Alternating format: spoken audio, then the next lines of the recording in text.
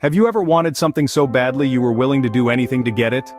This question reverberates through the annals of history, echoed in the story of King Ahab and Naboth's vineyard, a tale as old as time itself. King Ahab, ruler of Israel, was a man of considerable wealth and power, yet he desired more: a beautiful vineyard owned by a man named Naboth.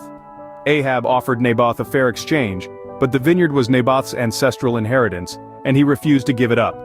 Enter Queen Jezebel, Ahab's wife, a woman of cunning and guile. Seeing her husband's disappointment, she devised a nefarious plan. She orchestrated a series of events that led to the unjust execution of innocent Naboth, leaving the vineyard ownerless and ripe for Ahab's taking. And so, Ahab got his vineyard, but at what cost? This narrative sets the stage for a profound exploration of desire, greed, and the consequences that follow. What happens when we let our desires control us? It's a question that the tale of King Ahab and Naboth's vineyard answers poignantly. After Naboth's tragic death, a prophecy was declared by Elijah the Tishbite. He foretold the downfall of Ahab's dynasty, a direct consequence of his greed-induced actions. Elijah's words were a clear warning. Ahab's family would suffer, his lineage would end, and his name would be wiped from the annals of Israel's kings. This was the price of his greed, the cost of his unchecked desire. But then, something unexpected happened. Ahab repented. He wore sackcloth, fasted, and humbled himself before God. Seeing his repentance, God decided to delay the punishment. The downfall of his dynasty would not happen in his lifetime, but it would certainly come.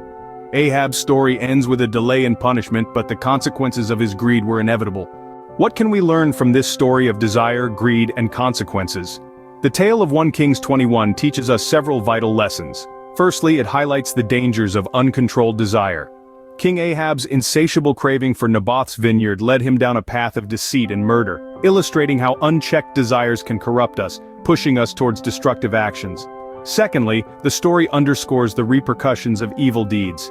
Queen Jezebel, who orchestrated Naboth's death, met a gruesome end, reminding us that wicked actions often lead to dire consequences. The narrative also emphasizes the power of repentance. Ahab's sincere remorse and humility before God spared him immediate punishment, indicating that genuine repentance can mitigate the severity of our wrongdoings. Finally, 1 Kings 21 underscores the inevitability of divine justice. Despite Ahab's temporary reprieve, his family still faced retribution, demonstrating that divine justice, though it may delay, is always certain and inescapable. Remember, the choices we make today can have far-reaching consequences, so choose wisely. If you like our stories, subscribe to see new arrivals at Bible Storybox.